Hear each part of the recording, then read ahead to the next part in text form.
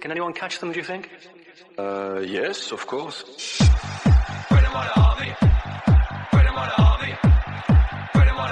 Yeah, unbelievable. We didn't expect that. As unbelievable as it sounds, this is another Arsenal podcast. That is the Away Gunners podcast. We bring news and reaction from Arsenal fans from all over the world. Hi everyone, welcome to another episode of the Away Gunners podcast. We have got the whole gang back with us and Bob too this time. So hi everyone. Hi guys. Hello. So the season's over, and it's been one hell of a season. But we ended the season on a pretty high note, winning a lot of games, and I mean, apart from the Europa League exit, which I think Deepak would get back to. If I said like we ended the season on a high note, Deepak would go like, no, Europa League we exited. But still in the league, we did end on a very high note. We made like, what was it? 2-0 this time, 3-1 the last game, and winning against Chelsea, keeping a... 4 or 5 of our last games, right? All of them? Yeah. We kind of like, we also didn't allow a lot of goals to go in. A lot of players came into form, especially Arun is happy about someone whom we will talk about later. So all this... always been in form. You guys were just blind. He was never always in form, but we'll get back to that. But also like having the fans back in the stadium, it felt like the season ended at the wrong time. Do you guys feel that way? Like if we had a couple more games, we could have pushed. We could have had a positive twist to the season. Deepak, I'll start with you because I know you will say no to that. What do you say to that? We won 5 or 4 games. So season ended at the wrong time. But that can be made as like a true statement.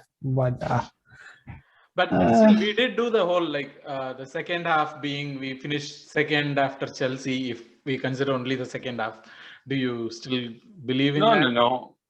Because I think we are not second. Like City, Chelsea, or we were third, right?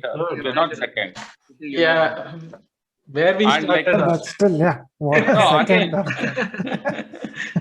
I might be the guy. Because so that you're saying that the season ended at the wrong time. For me, I've been waiting for the season to end for a while now. No, that is the overarching scenario. But because of this recent wins and stuff, I think if we had a couple more games, if we had won a couple more games, then it would have been a little bit more positive. Okay. Because you have to be a little bit careful in asking for that, because if you see our last 7-8 games, leave the Chelsea game because Chelsea was very bad in both the games against us. All the other, right, they are bottom 10 teams. Oh, we finished worse with Brighton. We played bad with Fulham. So let's not pick second last teams or bottom teams, whatever. No, we were expected to win. No, we were expected to win, and we won. If we didn't win that, right, it would have been even more worse for Arteta. As well as the team. I think my take on all these things, I feel probably that our team is still not able to handle any pressure sort of a scenario. We started winning only when there was no pressure. Obviously, the whole top 4 battle was more seemingly lost at the time that we started getting more resilient and then more clinical in front of goals.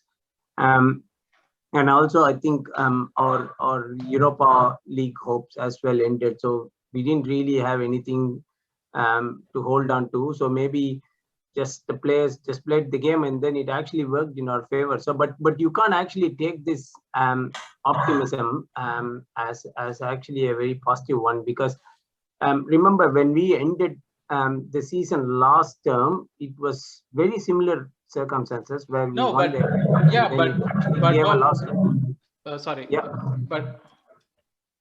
but last season the difference was that it was a cup positive, not on a league positive. This time actually we didn't perform in the cup, but we did a league positive. I think the whole point is about taking some positives as a jump start for the next season. only to all crumble at the start of it. But so I mean, I've seen Arsenal a lot of time, and then this usually happens. We race to the finish, even during the times of the later years of Wenger, where we used to finish to the top 4, to be told that we'll be challenging for the next term. But then either the first half of the season that we crumble, or the second half. So one of those that we're guaranteed to go down, and then we'll end up doing the same race at what we do. But I think this time it was different because we were fighting for the coveted 10th place. So it's almost like we lose, and then we were saved from the Europa League conference campaign, which I'm very happy about, by the way. So I can't really take this as anything. I mean, we won the last 5 games. I mean, our manager has been nominated for the manager of the month. Yeah, that's a joke, actually. I mean, from Premier League point of view, that makes sense, but I don't think he did anything extraordinary during this last. Pepe last has month. also been nominated for Player of the Month. Now I'll go back on mute. This is like those survey options where you just mark neither happy nor unhappy. Just leave it at that. No, like I said, right?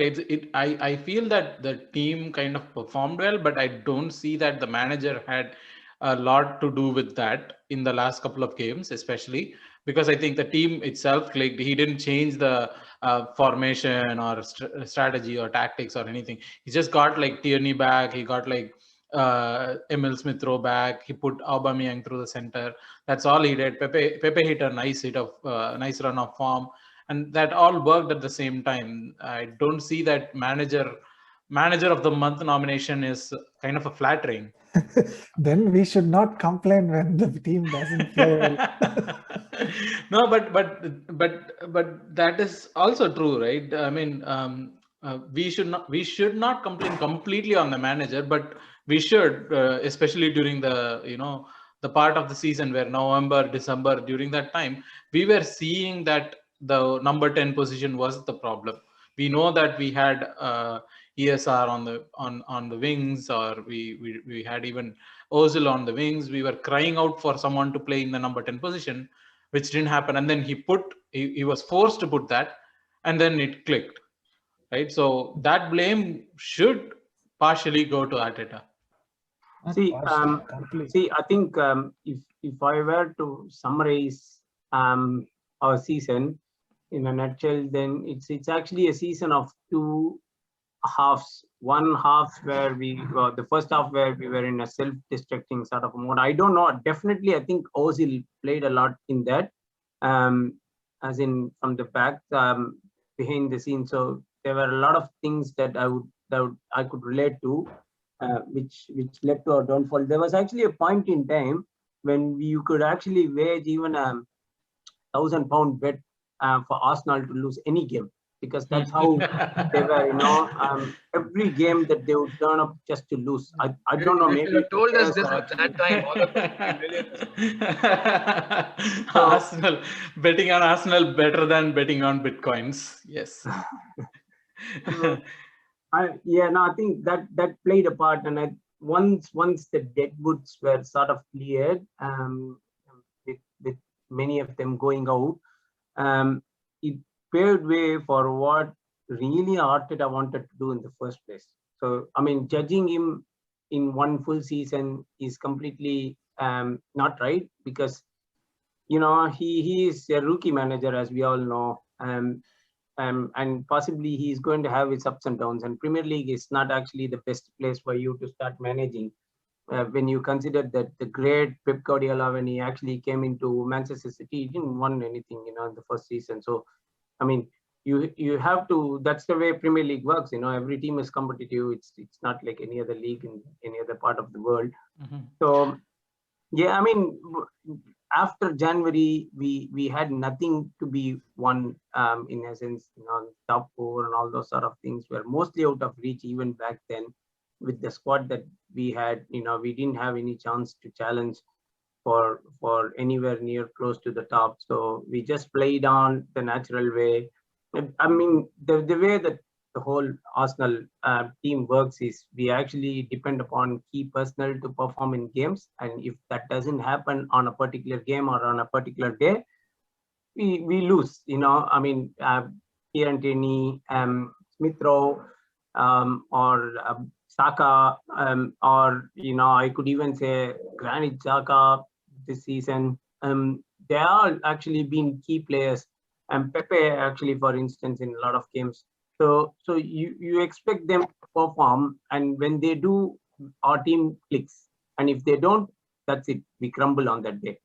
And yeah, what we need to look for in seasons to come is create more of such personnel. Now that we've cleared a lot of space in Deadwood and all those sort of, players being moved out, we have an opportunity to build upon what we really wanted to do.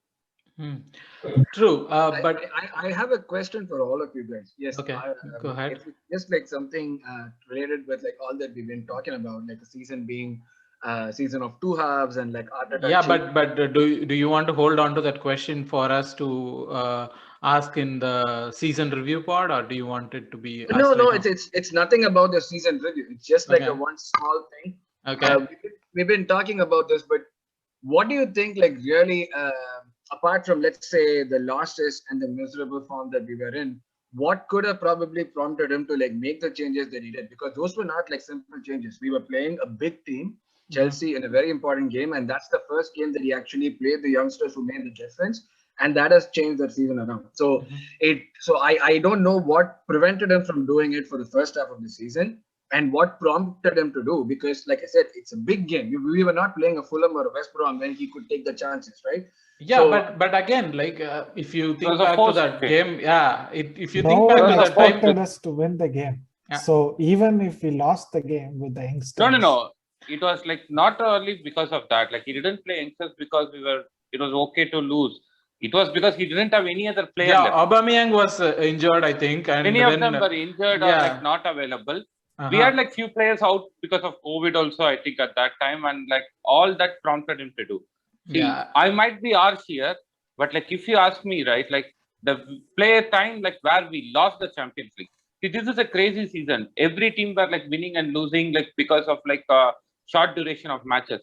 We lost is because when Kane Tierney got injured, we moved Xhaka to left back. We lost few games there, and if we had played Cedric there and Xhaka in the center, right, because our entire gameplay was based on Xhaka playing in the center, we would have got like few more wins, and that few more wins was the difference between a Champions League spot, not even like an Europa League, a Champions League spot, and like we finishing in 8th.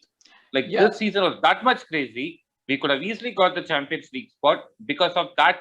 See, I can understand the first half, like where he was trying too many things. But then, Ellen, but then that is looking back at it from a retrospective. We can say those two games those 3 games would have given us the Champions League. No, it was not 3 games. It was like a month and nearly. Like where, every game, like we played Xhaka as left back. But still, Xhaka is the engine for our team. No, I get it, but still, like during that time, did you, or at least I didn't think that we would be anywhere close to, or we could get anywhere close to top 4. I've basically given up at that time. No. Right? I'm not saying top 4 is a thing. I'm not saying top 4 is a thing. But what I'm saying is, that's what I'm saying. So looking back at it in a retrospective, that would make sense. But I'm saying at that time, at that point of time, see, I don't think we could have ended up at this spot. Because again, don't go into the top 4. Like I'm not saying about top 4. What I'm trying to say here is, we are saying like a season of 2 halves, or like we are saying like Arteta is like a rookie manager and everything. But these are basic errors from Arteta. Yeah. Like, is that something like okay for us? Is what I'm trying to ask. Like, because see, I don't want, like, see, I'm ready to give chance for Arteta, but like I don't want him to be like sacked somewhere in the middle of the season or end of the season, and like again giving 3-4 seasons, like, or when I say 3-4 transfer windows for the new manager. If you're going to sack him, or you think like he cannot fit for us, I'm not again questioning his capability or credibility. I'm saying if he's not going to be fit for us in this season, right? It is better to change him now rather than later. Or do you think that we shouldn't back him, as in like we shouldn't give him all the keys to the transfer because anyways, it's going to be, we are not playing any more. If you don't give him like the transfer, like you're saying, you're setting him up for failure. Right? No, but also we don't need a bigger squad, right? I'm not saying we don't give him a transfer, as in like we are not going to. In terms of quantity, right? It's in terms of quality that we need. Yeah, but we do need a smaller squad. We do need we could have a quality squad, but we do need a smaller squad. We don't. No. We with don't Arsenal, want a big, right? Like injuries are common, and like, you cannot have smaller squad. How many things are against Arsenal? First thing is Arsenal is against Arsenal. Injuries are against Arsenal. Most important one, yeah. Injuries are against Arsenal. VAR is against Arsenal. Media is against Arsenal. The owners what is for Arsenal? AFTV is against Arsenal. What is for Arsenal? Right? No, our pod is for us. No, but because I agree with I agree with you on some things, because if we are going to like continue with Arteta, like then like after this transfer also, like whatever happens in that next season, he should be continued for the future season also, because like then no point in like giving him that thing. But if we are backing, I'm saying if we are backing, then we could continue with him, because he has gotten his players and it will take some time for him. Yeah. Now let me say, like say what will happen is like now the audience are coming to the ground, like spectators are in the ground, and like as Bob rightly said, like last year also, even though you said it was tough, we had a very good run. Like after we start, like we were again one or top or second, like United and so the two teams, like we were playing really well after COVID restart last year also. So taking that kind of form, like comparable now, and like beginning of the season, if we lose again another 10-15 games, and with crowd now there, and if there is a huge pressure for Arteta to be like sacked, what will happen? That is what my worry is. Deepak, go ahead. Because Deepak also has the 10 game part. Even if you ask Arun, right, he also wants to give that 10 game. And again, the first 10 games, for various reasons, if we are not doing well, what will happen? He'll be sacked. That's my worry. Like, because if you are giving him this transfer season, you have to back him. Yeah, we have to back him, like you said, Ellen. But if he's not winning, like we are not in a good position, or like there has to be some parameter, right? We had a lot of things going wrong for us this season. Let's think about, like, if we were to be talking like in terms of KPIs, good football, points, the number of goals that we scored, the lesser number of goals that we could see, and like wherever we are in the position. If out of all of these things, he's not doing anything by 10 games, then it's at that point, it's damage control. We have to definitely sack him at that point, because the longer you keep him, if a manager is not being able to do that after the 10 games, and with backing, I don't know what he would be able to do further. It's exactly like it's comparable to Lampard's situation last term. We all know Lampard is not going to last the term. Players that were actually brought are not necessarily Lampard's players. They were actually brought in the light of club trying to bring in players more to suit them, or more for any manager to work upon if Lampard decides to be sacked. So that's pretty much how it needs to be built. I mean, even with Arsenal, I'm saying we could actually, Edu and Richard Garlick could actually buy players who would be long term and can be coached by any possible managers who are going to be coming in, and not just with the view that they are going to be Arteta's players, or they're going to be playing the way that Arteta wants them to.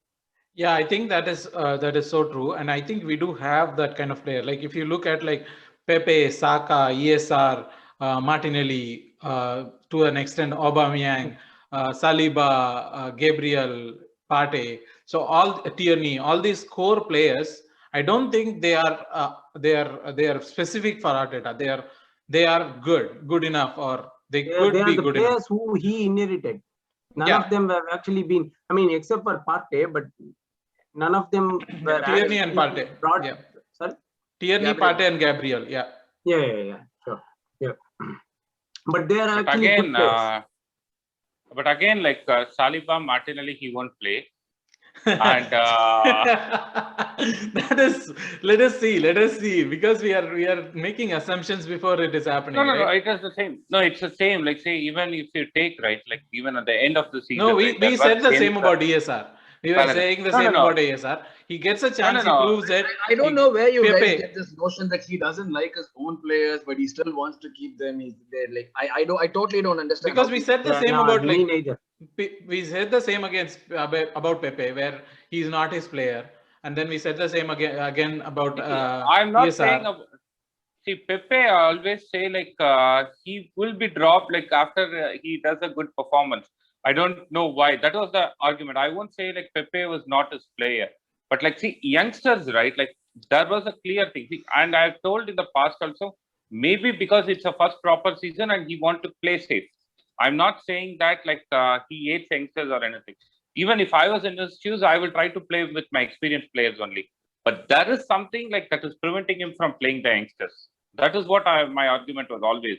I never said like he hates these players or he doesn't. He took a pun on Willian. Willian miserably failed. And he again convinced Ceballos to actually come back, looking at some of those half decent performances in the first season. That as well miserably failed. And both of them let him down in very big games. You know, one idiot actually gets some red cards and all those sort of things, puts the whole team down. Yeah, like Europa League, we were like continuously like Ceballos was giving him the goals. I agree on that. See, I'm again like I'm just trying to see from the other side too, like because like it's a pattern I'm seeing. Like the entire season, I'm seeing that pattern. I don't know. I don't think I do, Ellen, because the thing is, right, he not only played youngsters, when January window opened, he got Odegaard, who is a youngster, right? He could have gone and gotten like someone who was, he could have loaned anyone. He could have gotten someone else with much more experience, but he got Odegaard. Odegaard was his signing. Gabriel was his signing. Odegaard because like Willian wasn't performing anywhere. No, same point. What Picasso was saying is he went for a youngster and Odegaard. Yeah, even if you consider his signings, right? Tierney was his signing. Gabriel is his signing. So they are youngsters. They are 23, 24-year-old people, right? So I'm not seeing the point where he doesn't like youngsters. Maybe he doesn't like, what I feel is that he doesn't like players who are chaotic. Like Pepe was chaotic. Martinelli is chaotic. Willock is chaotic. So these kind of players, he's not a fan of. He wants them to play in a structure. And when they are not playing into a structure, I think that is what he is apprehensive about. I don't think it is about the youngsters. It's about what type of players that are playing.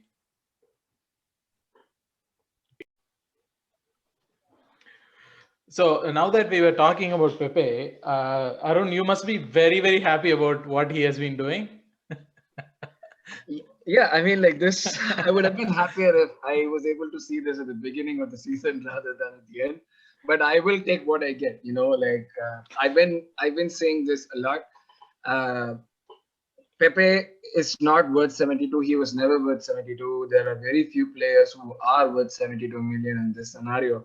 And with that price tag, if we were to be like judging him based on his goals and assists versus his price tag, we would never be able to justify anything. That's never going to happen. He's never going to be able to justify it. But he has performed well this season. There's definitely been an improvement from his study from last time. So that is definitely a cause for optimism, which means that he could also possibly continue this on to the next season. Mm-hmm. The only thing is, he did the same thing last season as well. I don't know if it could be pointed down this season to a lack of game time that he was not able to improve his tally. But even the last season, if you see, he did have a flurry of goals. He did perform really well towards the end of the season. But then again, like last season too, the same thing happened, right? He had a continuous run of form or continuous run of games only towards the end of the season. Right, and this time too, that is what is happening. He didn't get to play because of the whole Willian debacle, but he got to play continuously only during the end of the season. And the cause for optimism, go ahead. It was not just like the fact that he played continuously. Like I agree, he should have definitely started over Willian at the beginning of the season for a long period of time. Yes. But if you really think about how he played this season, whenever he did get his chances in the first half of the season, he was not like spectacular or anything. Not that Pepe is like spectacular right now. If even now, like every counter attack that we have, when the ball goes to him, the counter attack abruptly stops most of the time because he holds on to the ball for too long. But I think Pepe closer to the box is a better player than away from the box. He's not a ball carrier. But what was happening was, even at the beginning of the season, when he was being played on the left and on the right, it was not just about losing the ball. There was no work rate from Pepe at that point. He really was not doing what probably the manager or the team demanded. You know, you could see it was frustrating for us watching on TV. It was frustrating for Arteta because, like, on the sidelines, the one name that you heard all the time was Nico. You know, like if that particular player who was bought for 72 million had to be, you know, like coached every single time, then the manager would definitely get frustrated. And that for me was probably the reason why he did not play. It took him a bit of time to understand what his role in the team was and basically unlearn a lot of things, learn new things. And I'm glad it worked out. I mean, like, his work rate now is amazing. I would have never thought that, like, having seen him from Lille and having seen compilation videos of him to no end, I would have never thought that he would be able to do some defensive stuff like this. You know, like he has been. Arun, the Arsenal scout, watching compilation videos. Isn't that how scouting works nowadays? I rate players based on YouTube videos. So. But Deepak, if I may add, two cents into a Pepe story. What basically I would say, based on what I've seen him in close circles, is the fact that he's more a confidence-based player. Initially, when his position was challenged by a 30-year-old Willian, he could have actually taken up pretty easily, and he could have put forth his name in the team before Willian through his performances or in the training. But I think he actually crumbled with the fact that he resigned, possibly to the fact that he is not going to get his due chance, and then, you know, that actually showed in some of the games where he was rather given a chance. I'm not talking about those Europa League games, but in some of these other games, like Burnley, for instance, in February or somewhere, where when he was actually given the chance, he actually made something stupid and then, you know, got himself a red card, or, you know, I mean, he actually put the whole team under pressure. But then towards the tail end of the season, when it was almost certain that Willian was not really working and we are almost looking at selling him, that's when he actually put his confidence back. And then, you know, that's when you could see the real difference in the way that he was actually performing.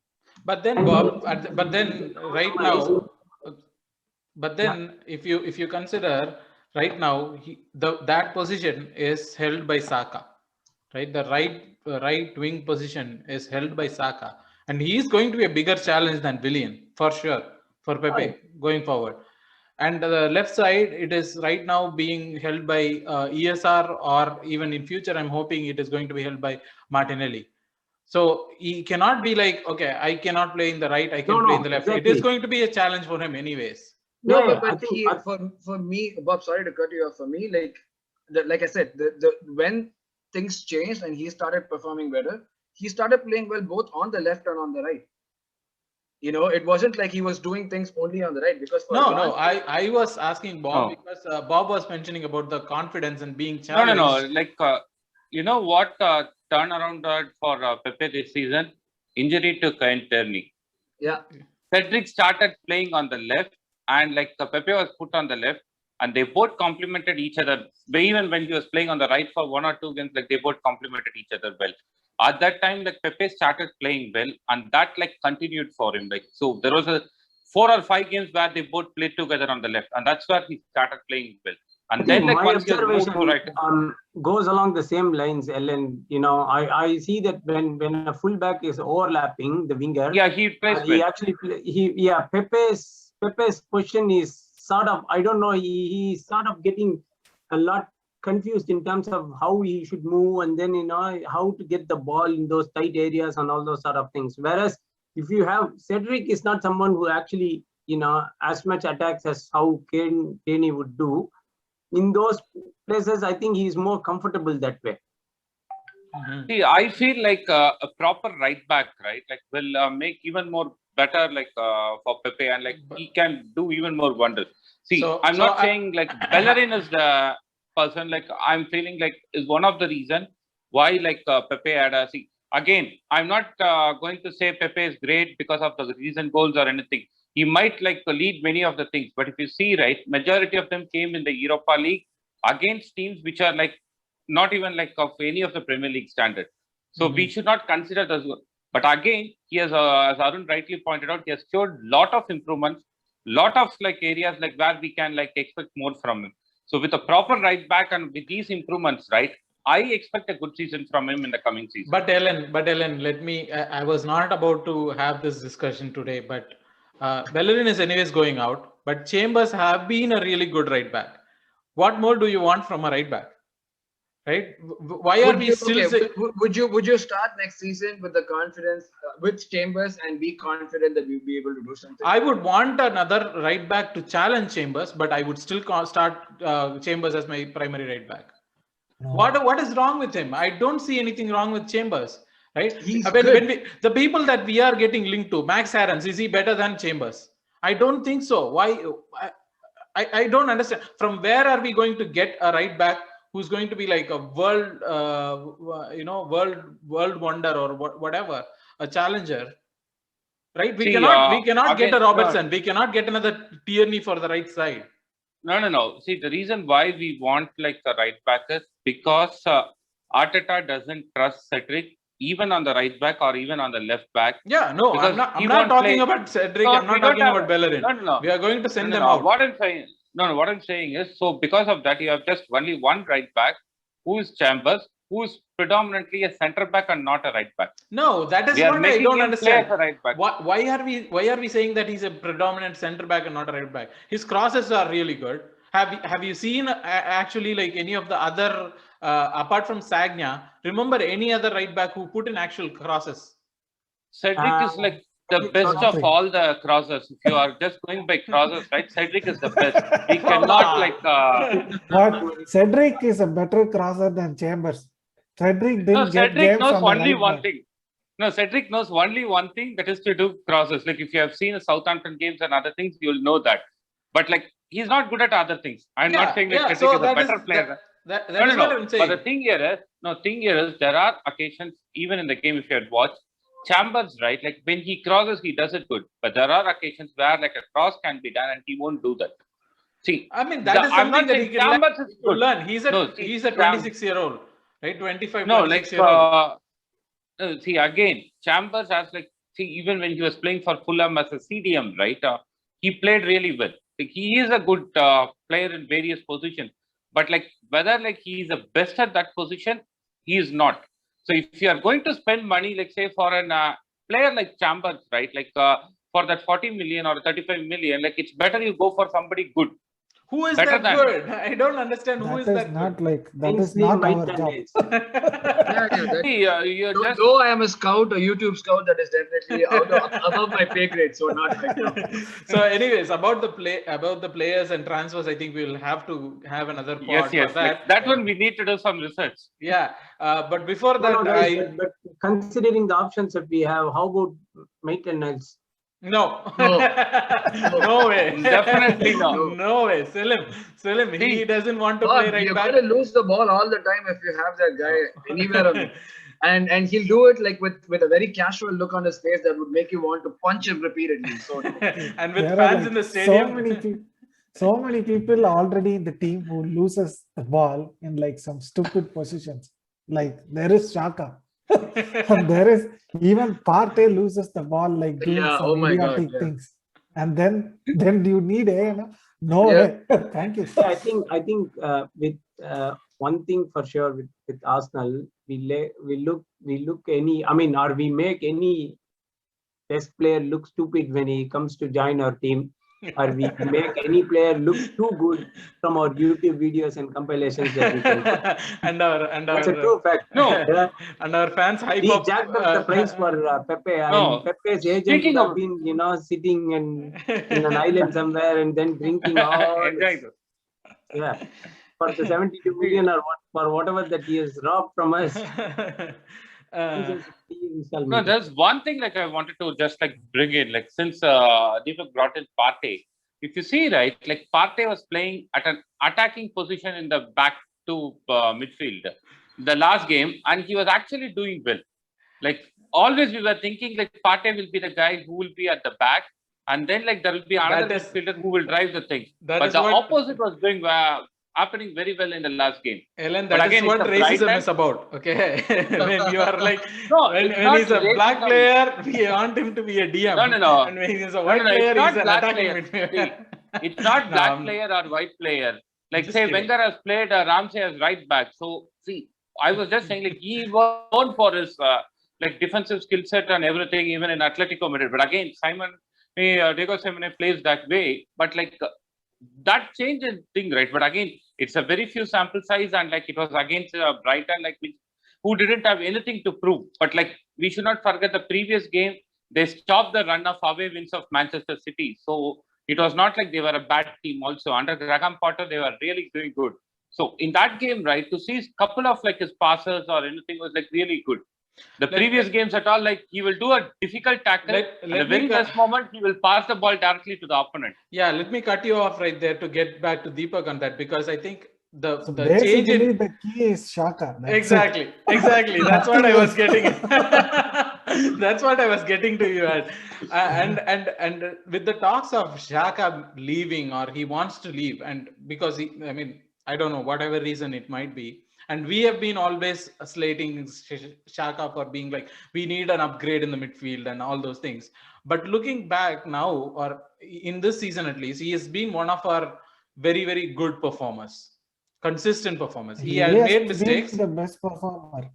And the most improved player this season. Yeah. So I heard there was like one of the team of the season, Xhaka's name was there. That is too good. but still, Deepak. We should renew his contract. Yeah, so my question was that, right? Like he's 26, 27. He still have time in his end. It's not like he's at the fag end of his career or whatever. So, and also, so in that case, do you want us to sign another midfielder as a backup to Partey and Xhaka, and not like someone who could like who is like a starter, right? See, and also, if you get like a good quality player, like better than Xhaka, you just sign them. If you cannot, just sign a backup for these two.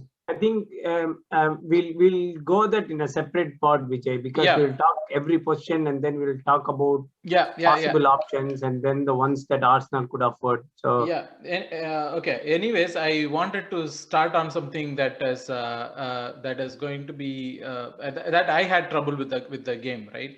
After the game, actually. Did you guys see David Luiz getting a ceremonial exit? Like all the players dancing around and like giving all this like thing. It kind of bothered me really, because he has not done anything for the club. It's not a fan. He's not a fan favorite, or even like someone who has been a servant of the club or whatever. For him to have such a the way the Arsenal social media handled it, the way the players forget about Arsenal social media. They are on PR overdrive. Their main objective is to put something positive every day. No, but even that is how that is the voice of the club, right? That is the voice of the club. The social media is the voice of the club. The players, how they are reacting, is the voice of the club. And for a guy who has spent all his career in Chelsea, who has come here, and with the number of red cards that he has had, Deepak, I'm going to ask your opinion on it, because the number of red cards he has had, he's been decent, but the way he was given this exit, it kind of didn't feel good. It didn't feel. For me, it is not like a big thing which I would look into. No, because he's like a let's say like he's like an important figure in the dressing room. So probably. He's like one of the most senior person in the team. Yeah. I get it. Look up to actually. I get it on a personal level. Leader for the team. No, I get it on a personal level. He could be amazing guy. Then do your. But when Arsenal is represented, and this is the game when we had the fans in the ground, right? We did. Maybe that is the reason. maybe that is the reason they might have done it in the ground, because some of the fans might have stayed and like they might have spent more time on the pitch for the fans. No, that's the whole point, right? Like, I mean, see, you could have done it privately because it's about a personal connect. It's not a player connect. Like, if you remember, Koscielny spent 9 years. The way he Koscielny, exited is a completely different thing. No, right? then like, do you like Fabregas has done a lot of things for us. Like the way Fabregas existed is the reason why we all hate him. No, like, there is a difference. Koscielny, Koscielny, the way he exited, right? Like there were like a lot of issues. Fans were like praising Koscielny even when the board was against him. And what did he do? Like he put the club, like the way he revealed himself to be that other team's player was like the worst I have seen from any of our players. I even like rate RVP and sets like to be like Fabregas to be better compared to Koscielny on that aspect. Yeah, so, but I agree. Like Luiz should not have got like such a kind of farewell. But you can't compare with Koscielny like for whatever Koscielny did in the way he left. Okay. Guys, my take here. So for whatever that, for whatever all everyone is talking about Luiz, Pavel, and all those sort of things, if there is actually so much praise everyone is actually talking about, you could then understand the level of influence or what he has been doing to every team member in the team. I think his interaction level, especially with the youngsters, everyone, talk to anyone. I've seen a lot of interviews in the past and all those sort of things. Everyone singles out that David Luiz is the person that they go to and they seek advice on. Even during his farewell speech, that he told me that he told everyone that he's got ambitions in coaching and he would be an excellent coach when it comes to. He might be a crazy player at times, but you can't actually doubt the way that he's been, treating the youngsters or the way that he would be. He's been molding them. No, I get it, Bob. No, you can't actually see or you can't quantify. No, so I think maybe from the dressing room perspective, he is actually a great leader and someone that the club really missed, back in 2018 or things when there were all chaos going around. So I still felt the farewell that was given to him was very due and it was very respectful, and the player of what he has done in the back, although we don't know so many things, it is, if the players feel that way, then it's definitely very good. No, I get it from the player's perspective. My concern is the whole doing it on a day when fans got back to the stadium. If they would have done the same behind closed doors, already sunk, Vijay. What do you expect to do? Keep your head down and go on. You just have to move on. That's it. The whole boat has actually collapsed for the season. There is nothing to be done. You don't even have a motivation for playing the Europa League final or whatever. And that's not a reason for fan, the players to actually just bow their heads down and then go down in shame. The shame has already happened. They are just accepting the way things are, and they're sportsmen at the end of the day. They lose some days and they win some days, And with Arsenal, they lose more days than they win. So yeah. But anyways, there is one more exit, Arun, that is not publicized yet, which is of Steve Bould. Steve Bould has been expelled from Arsenal, at least to the media. Athletic has reported. So, any thoughts on it? We know as a player he's phenomenal, right? He is one of the best defenders we have ever had, and the way he has done the FA Cup for the youth team before coming on to being the second in command with Wenger. So all those things were great. But I think it is a little bit of anticlimax the way he exits the club. Not really. I think one of the main reasons why he was sacked was the under-23s were like they performed really badly. It was close to relegation. Close to relegation. Very close. Yeah. So that's the thing. So that's if you're really going to be just like keeping the good ones in, then obviously he did deserve the good, because like you have all. More so because you were a champion player, you played a lot, you were like an assistant manager for the first team. You go back to the under-23s and your team was battling relegation. Not the quality that the club needs. He's been a great servant, yes. But if we are going to be strict with things, then let's really be strict with things. Because if nothing's coming out of the under-23s, then that's a huge supply line that is being cut off. Given that the kind of club that we do not have finances, we do not have a lot of. But again, we pulled a lot of people from under 23s. Xhaka could have been under 23s. ESR could have been under 23s. But who was working with them at that point? It wasn't Steve That Bould. was Bloomberg, right? That was Freddie. So in fact, like if that's, for me, that's probably the fear that the manager and the management have, is that like that supply line is not doing what it is supposed to. Like especially given that it did yield us like Xhaka, ESR, and all these guys. AMN, Willock, whether they're playing or not, we did have people who actually graduated to the first team. Now we're in danger of that not happening for a few years, So yeah, Bould was a great servant for the club, played for us. He was like, he was a quiet first in command for Wenger, second in command for Wenger for a brief period of time. Well, replacing Rice was not easy, but then he did what best he could, and his best is not good enough at this point, So for the future direction of the club, thank you, Bouldy, but we have to move on. There is little room for sentiments these days, Vijay, as we learned in football. So I mean, it's shameful if you look at it in one way, but it's how the nature of the game works these days, And again, the other thing is, so imagine this whole thing, the decision to sack Bould was actually taken by someone who is more his junior, Permata Sacker.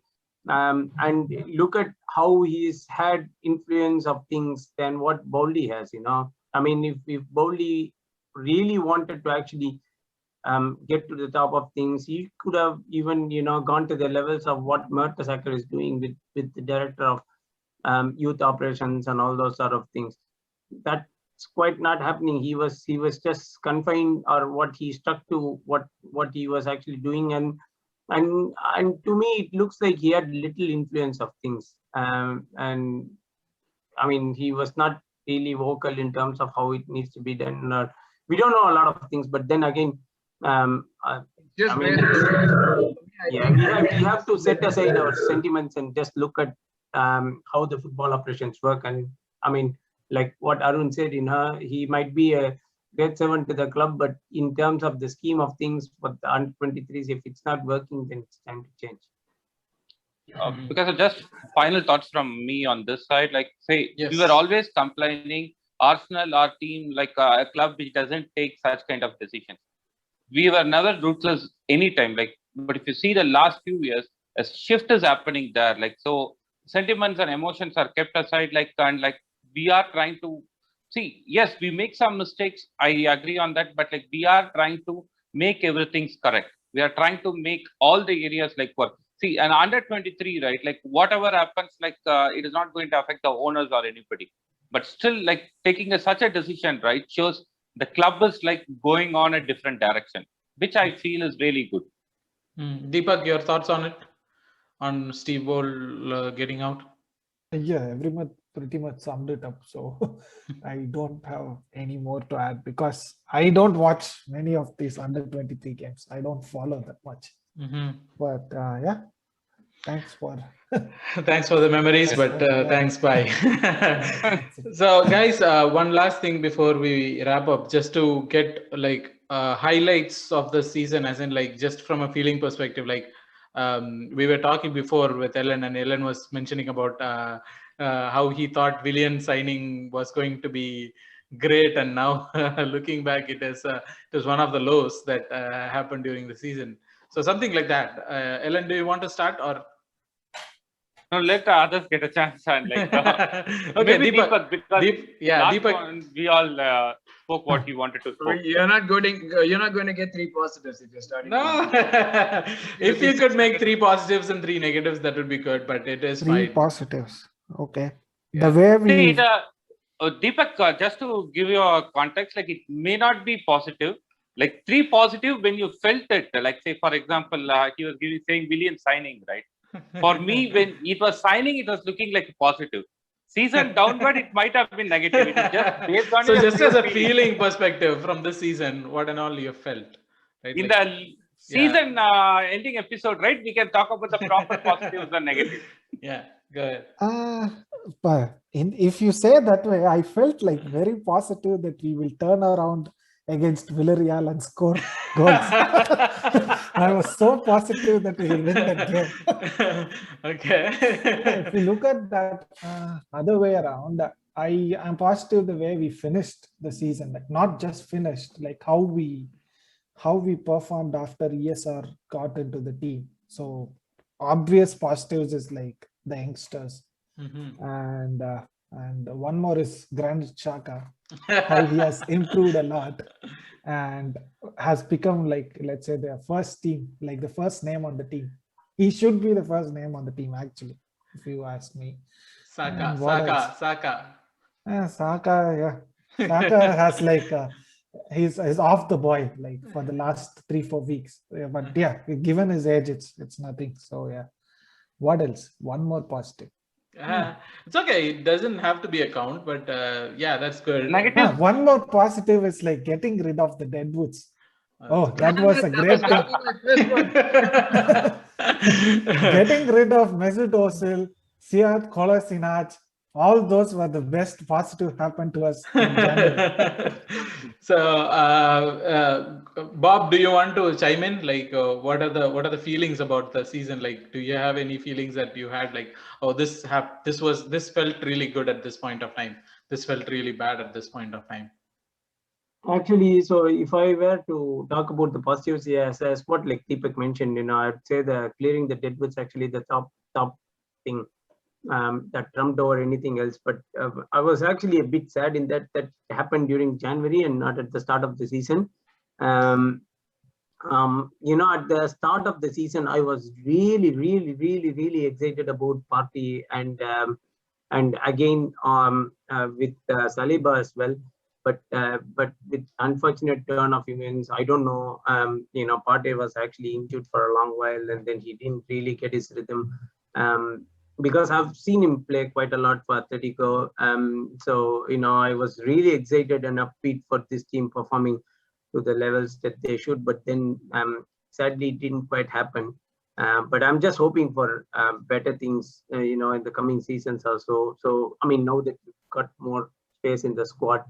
If I were to talk about another positive, I would say that none of us would have really expected Smith Rowe and Saka to come and save the season that we did. If not for that, we would have been in somewhere 15th position or even fighting relegation. So none of us even expected anything from those youngsters, and that they actually proved that they could actually step up to that players, and then they were able to command and dictate games that she did.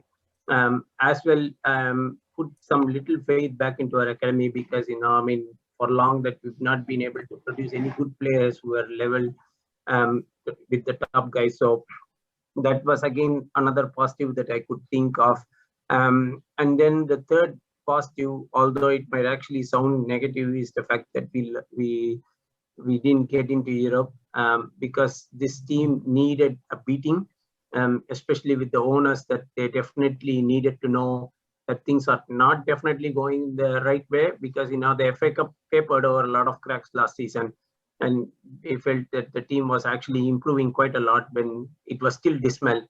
So it was just piling things over on top of whatever that was nonsense anyway. So they had to definitely start off with something really good, and then which is some sort of a long-term sort of a project. I sort of I'm happy to the fact that the owners are at least sensible enough that they have not sacked Arteta till now. Maybe they might change their managers now, but at least they stuck to him during the course of the season when the team was still doing very bad.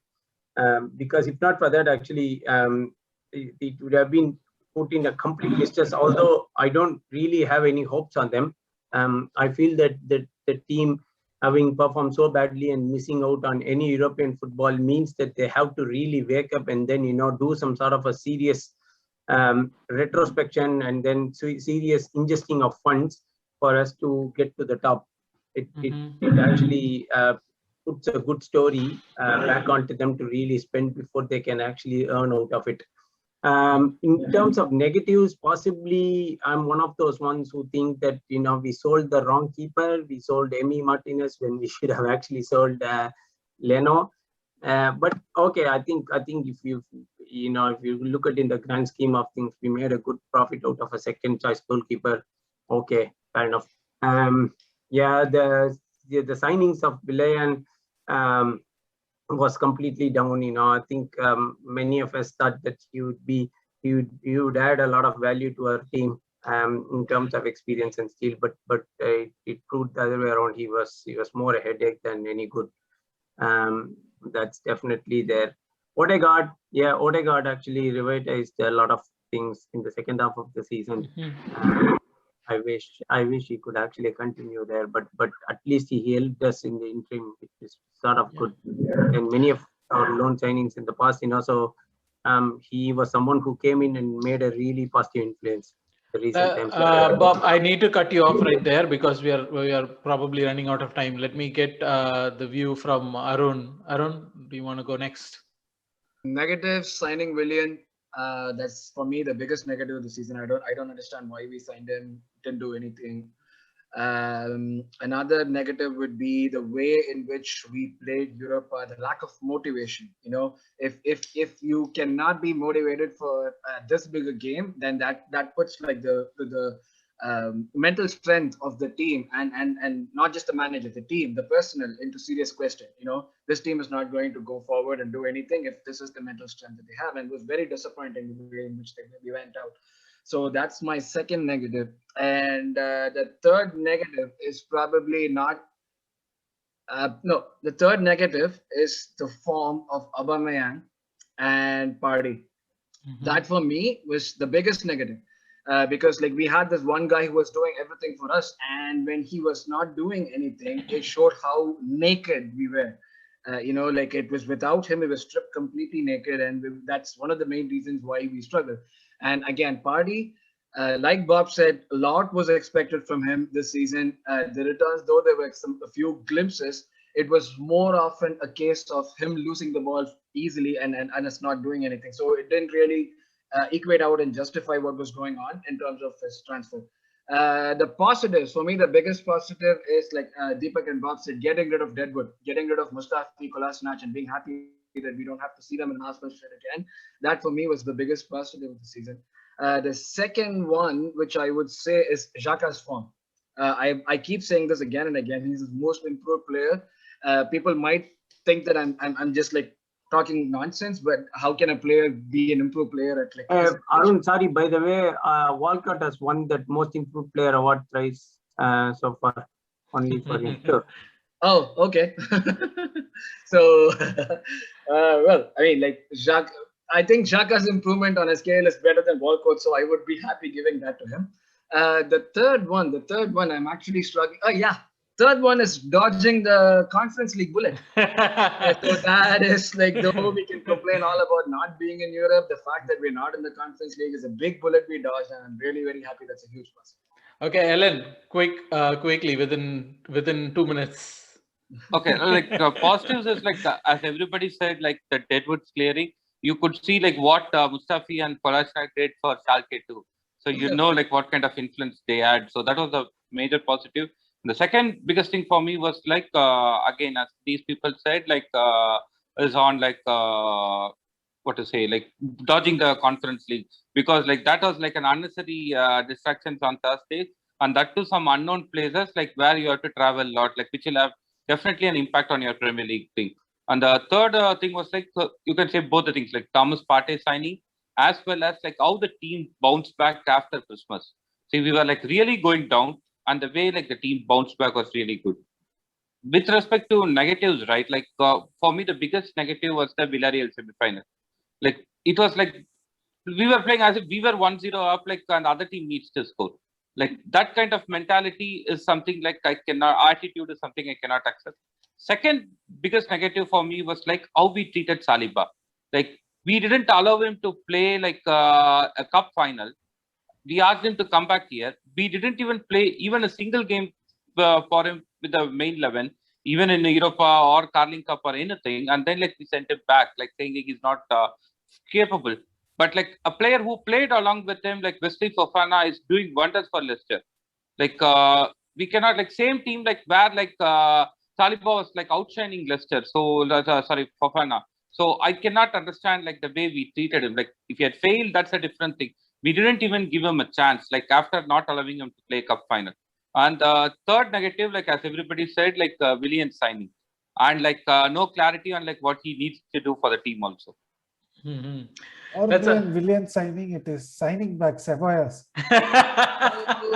Yeah, everyone missed that, and the Super League was missed too. So that's a completely. Is like no, Ceballos at least did one or two things. Willian didn't even do that thing. That's why like he overtook Ceballos. So, anyways, guys, it's been a nice part. I mean, we are clearly running out of time, so probably we'll meet after the next part. Thanks, guys. Thanks for joining in. Right. Bye bye.